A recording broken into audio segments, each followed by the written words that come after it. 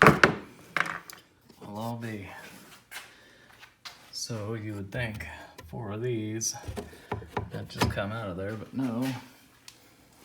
And their infinite amount of wisdom, they had one of these star heads out here. So it's gotta come out.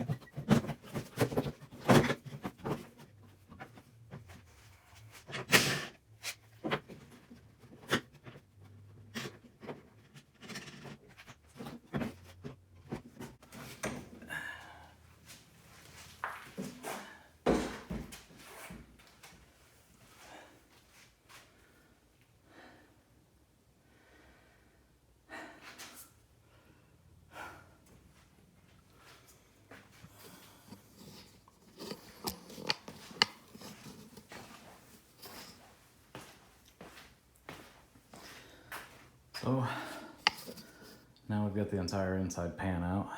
I'm gonna probably get the tank out of here as well. Just a couple of lines here, connector. I'm gonna say a few bolts. I did go ahead while off screen, took the rear shocks out, used a 1-inch tube to go ahead and replace them. Just that way it's rigid. I don't have to worry about the shocks being in the way. They're a little bit smaller. I'd done this once before when I had the shocks out to be resprung and revalved, and actually drove this around with all 4 of them out, and it actually kind of looked like a small Plymouth Prowler since I didn't even have the cage on it at the time.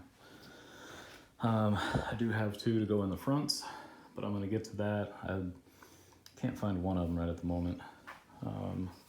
Soon, now that I've got the power steering and everything came out, I don't know whichever way you'd want to do it, but since I'm replacing the steering rack and gonna play with the Sandcraft racing setup, I've got a new rack to go in there that's a factory one. That one is actually bent, so I'm replacing it. I'm still gonna take the skid plate off from the bottom because it's not gonna be able to be reused. I gotta get the drive shaft out. It's not gonna be reused. Other than that, it's a little bit closer, a little bit further. So that is all one big tub. Gas pedal has to come out from here, as you've seen earlier. Some bolts for the brake setup and the power steering, a couple of wires. This one has a couple of gotchas. That's a power on this side, ground on this side. This is just an added-on vent. Added on vent for a heater that I had at one time. So, and I guess if you don't like the little foot stub in the bottom of your floor in your RS1, you can take that out and then you'll have a regular flat floor. So we'll see how all these plastics go back together once it comes fully apart and stretched.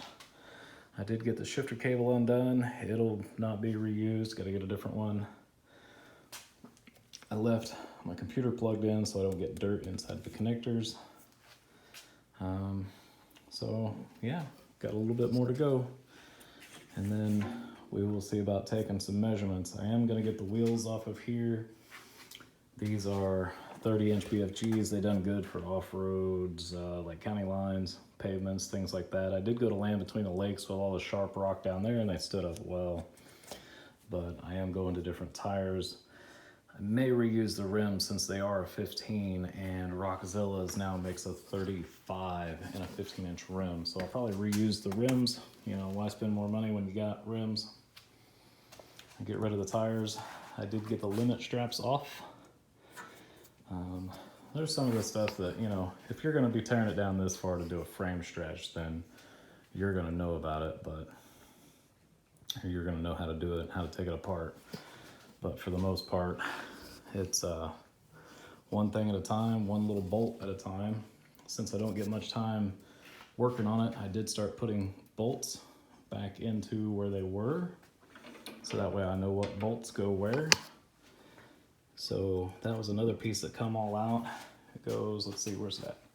It goes straight on across. It goes across the top of your tank and holds onto your shifter. So it has 4 bolts at the corners, and then it'll come out. So I'll keep at it, one thing at a time. More to come.